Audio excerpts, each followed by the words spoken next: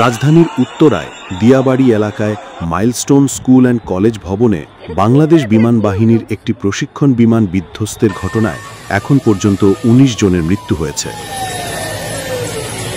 ওয়ালটন এখন দেশের সীমানা পেরিয়ে পৌঁছে গিয়েছে ৫০টিরও বেশি দেশে।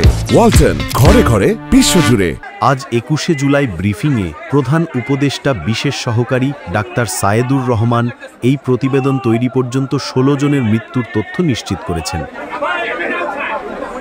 নিহতদের মধ্যে সম্মিলিত সামরিক হাসপাতাল CMH-এ ১১ জন, কুর্মিটোলা জেনারেল হাসপাতালে ২ জন, জাতীয় বার্ন অ্যান্ড প্লাস্টিক সার্জারি ইনস্টিটিউটে ১ জন ও ঢাকা মেডিকেল কলেজ হাসপাতালে ১ জনের মরদেহ আছে। আন্তঃবাহিনী জনসংযোগ পরিদপ্তর পরে আরও ৩ জনের মৃত্যুর খবর জানিয়েছে।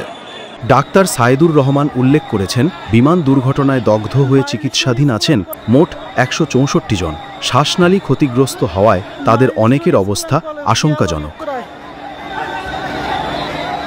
বিমান দুর্ঘটনায় অন্তত ৬০ জন আহত হয়ে চিকিৎসা নিচ্ছেন বার্ন ও প্লাস্টিক সার্জারি ইনস্টিটিউটে।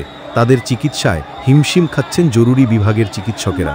রোগীর চাপে বার্ন ও প্লাস্টিক সার্জারি ইনস্টিটিউটে তিল ধারণের জায়গা নেই। হাসপাতালের সামনে ও ভেতরে অগণিত মানুষের ভিড়। কেউ এসেছেন আহতদের খোঁজে, কেউ রক্ত দিতে, আবার কেউ যাতায়াতের পথ সুশৃঙ্খল রাখতে স্বেচ্ছাসেবী হিসেবে কাজ করছেন।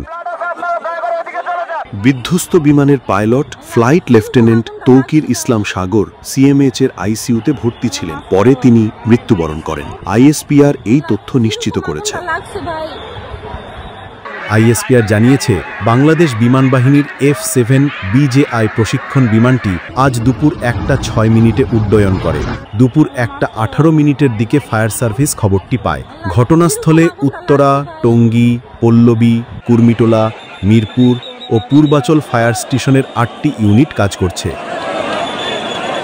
মাইলস্টোন স্কুল ও কলেজ ক্যাম্পাসে বাংলাদেশ বিমান বাহিনীর প্রশিক্ষণ বিমান বিধ্বস্ত হয়ে হতাহতের ঘটনায় আগামীকাল ২২ জুলাই একদিনের রাষ্ট্রীয় শোক ঘোষণা করার কথা জানিয়েছে প্রধান উপদেষ্টার প্রেস উইং।